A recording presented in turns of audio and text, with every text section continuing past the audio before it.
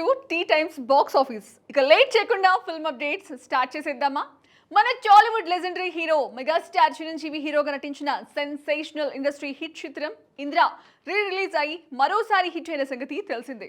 అప్పట్లో ఆడియన్స్ ఎలాగైతే పండగలా చేసుకున్నారో ఈసారి కూడా అప్పటి తరం ఇప్పటి యువత కూడా మెగాస్టార్ సినిమాని సెలబ్రేట్ చేసుకున్నారు. అయితే ఈ సినిమా సక్సెస్ గా చిరు సత్కారాన్ని అయితే చిరు తమ యూనిట్ కి అందించారు.